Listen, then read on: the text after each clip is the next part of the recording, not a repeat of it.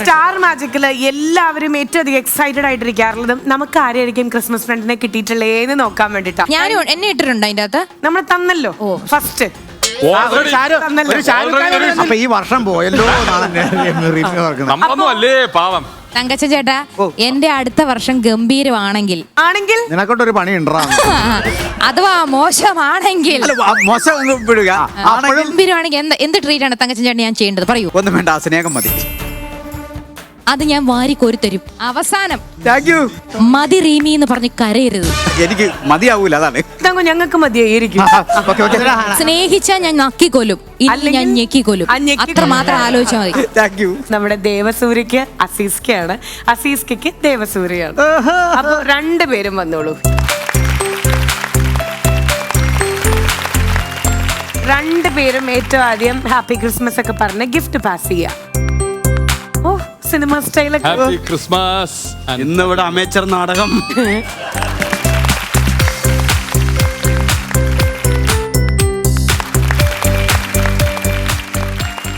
ദേവയ്ക്ക് gift select ചെയ്യുമ്പോ like എന്തായിരുന്നു മനസ്സിലായി? ഇപ്പൊ നമ്മളെ കണ്ണൂർ സ്കൂളിന്റെ പ്രൊമോഷൻ അവിടെ വന്നപ്പോഴാണ് ഞാൻ ഫസ്റ്റ് ദേവയെ പരിചയപ്പെടുന്നത്. അന്ന് ദേവരൊരു പാട്ട് ഞാൻ കേട്ടു. എനിക്ക് ഭയങ്കര ഗംഭീര പാട്ടായിരുന്നു. ഞാൻ പറയുകയും ചെയ്തു എനിക്ക് ഭയങ്കര ഇഷ്ടമാണെന്ന്. ഈ ഗിഫ്റ്റ് ദേവയ്ക്ക് ഇഷ്ടപ്പെടുകയും ചെയ്യും, എന്നും ഉപകാരപ്പെടും. Very good. അത്രയും മനസ്സറിഞ്ഞ് എന്നും ഉപകാരപ്പെടുന്ന ഒരു ഗിഫ്റ്റ് ദേവയ്ക്ക് ഗിഫ്റ്റ് ചെയ്തിരിക്കുകയാണ്. എന്താണ് ആ ക്രിസ്മസ് ഗിഫ്റ്റ് എന്നുള്ളത് ദേവ ഓപ്പൺ ചെയ്യും. ദേവയ്ക്ക് നാണം വന്നിട്ട് വയ്യ. ആദ്യമായിട്ടാണ് സ്റ്റാർ മാജിക്കിൽ ഈ അടുത്ത് വന്നിട്ടേ ഉള്ളൂ. ആദ്യത്തെ ഗിഫ്റ്റാ. തുറക്കാൻ പോവാട്ടോ. ഓക്കെ.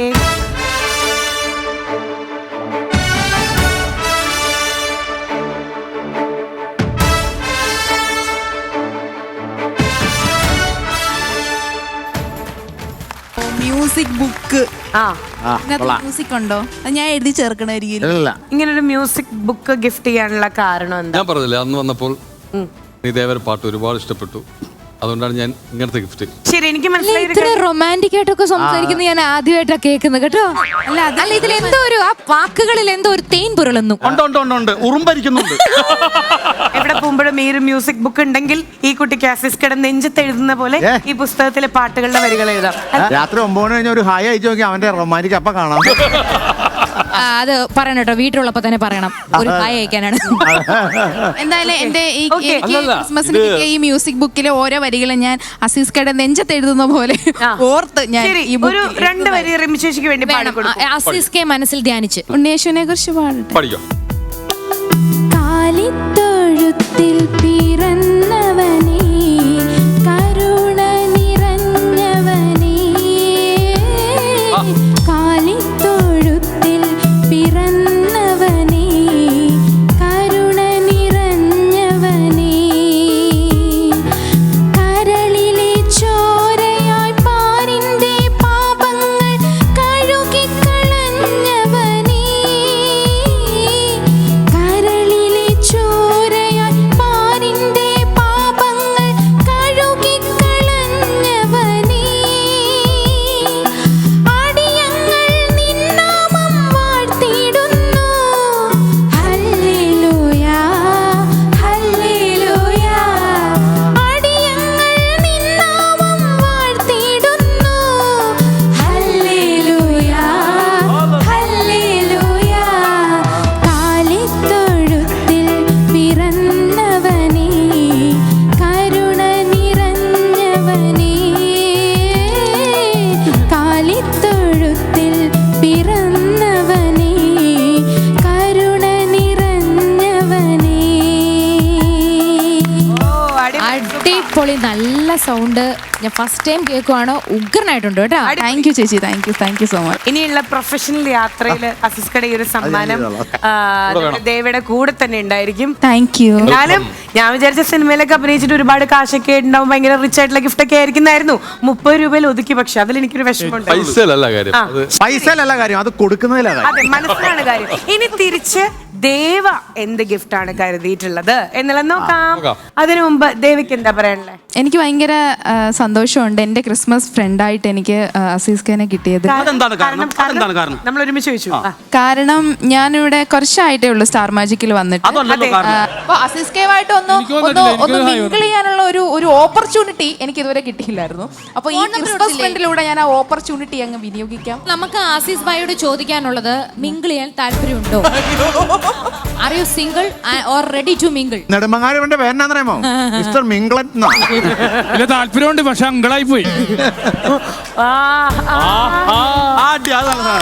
അസീസ്ക്കുള്ള ദേവയുടെ സർപ്രൈസ് എന്താന്നുള്ളത് നമുക്ക് നോക്കാട്ടോ.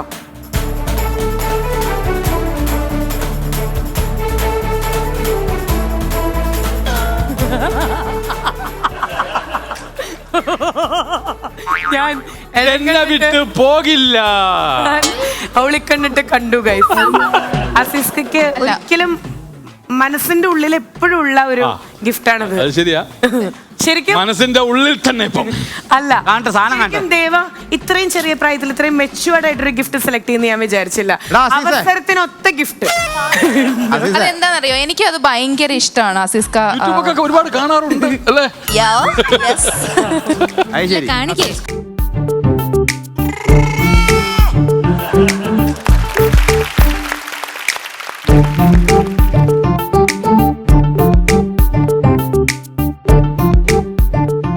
എന്നെ അനുഗ്രഹിക്കണേ.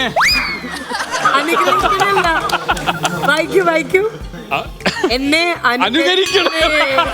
അടുത്ത കാലത്തും കൂടെ സോഷ്യൽ മീഡിയയിൽ ഇവർ രണ്ടുപേരും നല്ല രീതിയിൽ വയറായിരുന്നു. അപ്പോ വെരി ഗുഡ്. പക്ഷേ ചേച്ചി ആരൊക്കെ എന്തൊക്കെ പറഞ്ഞാലും എനിക്ക് ഇഷ്ടപ്പെട്ടു. കാരണം എന്താ പറഞ്ഞാ, അശോകൻ പറഞ്ഞു അത് പുള്ളിയിലൊക്കെ അല്ലേ, പുള്ളി ഈ ഫ്ലോറിൽ വന്നിട്ട് തന്നെ നല്ലതും പറഞ്ഞു. പക്ഷെ പുള്ളിക്ക് ചിലപ്പം അല്ലേ ഹാർട്ട്, കാരണം അടിമാലി ഒരുപാട് നമ്മളെ കളിയാക്കുമ്പോൾ നമുക്ക് ചിലപ്പോൾ വിഷമം വരും. അങ്ങനെയൊക്കെ സംഭവിച്ചിട്ടായിരിക്കാം. ആ എന്നാ വർത്താനാണ് നീ ഇതിന്റെ എന്നെ കൂട്ടിക്കൊടുക്കാൻ ഞാൻ ചെളിയാണോ? പക്ഷെ കാലഘട്ടം ഇതായതുകൊണ്ടാണ്. സത്യൻ മാഷ് ഇപ്പോൾ ഉണ്ടെങ്കിൽ നിന്നെ കൊന്നു കളഞ്ഞു. ഞാനിനി ചെയ്യില്ല എന്ന് യൂട്യൂബിലൊക്കെ മറ്റേ ഇന്റർവ്യൂവിൽ ഞാൻ ചെയ്യില്ല എന്ന് പറഞ്ഞത് ഇനി അശോകനെ കളിയാക്കില്ല എന്നാണ് അർത്ഥം. പക്ഷെ എനിക്ക് ഇപ്പോഴും ഇദ്ദേഹത്തെ ഭയങ്കര ഇഷ്ടമാണ്. ഒരുപാട് സന്തോഷം. പല ഇന്റർവ്യൂസിലും കൊടുത്തിട്ടുള്ള സ്റ്റേറ്റ്മെന്റ് ഈ ഒരു വേദിയിൽ വെച്ച് അത് ക്ലാരിഫൈ ചെയ്യാൻ പറ്റിയാല് അസീസ് ഖാൻ അത് നല്ലൊരു കാര്യമാണ് കേട്ടോ. അതിന് ഒരുപാട് നന്ദി.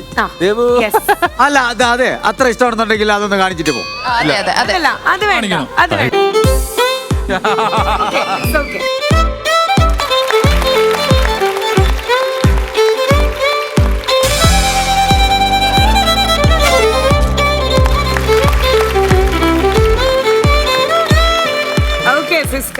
നീ ഇത്രയും നാൾ അശോകൻ ചേട്ടനെ കാണിച്ചാൽ ഇപ്പഴാണ് ഏറ്റവും അല്ലേ? അശോകേട്ടാ ഒന്നും തോന്നരുത്. അശോകേട്ട നമ്മുടെ ഫാമിലി മെമ്പർ ആണ്, നമ്മുടെ കൂടെ ജോയിൻ ചെയ്ത്. അല്ല, ഞാൻ ഒരു കാര്യം പറയട്ടെ. പുറത്തുനിന്ന് കണ്ട ഒരു ഓഡിയൻ എന്ന രീതിയിൽ എനിക്ക് തോന്നിയത് അശോകൻ ഇനി മനസ്സിൽ എന്തെങ്കിലും വിഷമം ഉണ്ടെന്ന് തന്നെ വിചാരിച്ചോ. പക്ഷെ ഇപ്പൊ ഈ പറഞ്ഞില്ലേ, നമ്മള് ദേഷ്യമുള്ള ആൾക്കാരെ സ്നേഹിച്ച് തോൽപ്പിക്കാൻ പറ്റുന്നുള്ളതിന്റെ ഭയങ്കര ലാസ്റ്റ് പറഞ്ഞ ഡയലോഗ്, അത് അശോകേട്ടനെ നെഞ്ചിക്കൊള്ളും. കാരണം അയ്യോടാ, ഇവനെ ഈ പച്ച പാവത്തിനെ ഞാൻ വെറുതെ എന്തൊക്കെ പറഞ്ഞിടേന്ന് പറഞ്ഞ അശോകേട്ടൻ ക്രിസ്മസ് ഇരുന്ന് കരയുന്നത് എനിക്ക് തോന്നുന്നു. അത് കയ്യിലൊരു കേക്കും പിടിച്ചിട്ട്. അപ്പോ എന്തായാലും ദേവ ഗുഡ് ഡെസിഷൻ, അടിപൊളിയായി. അപ്പം thank you and happy Christmas.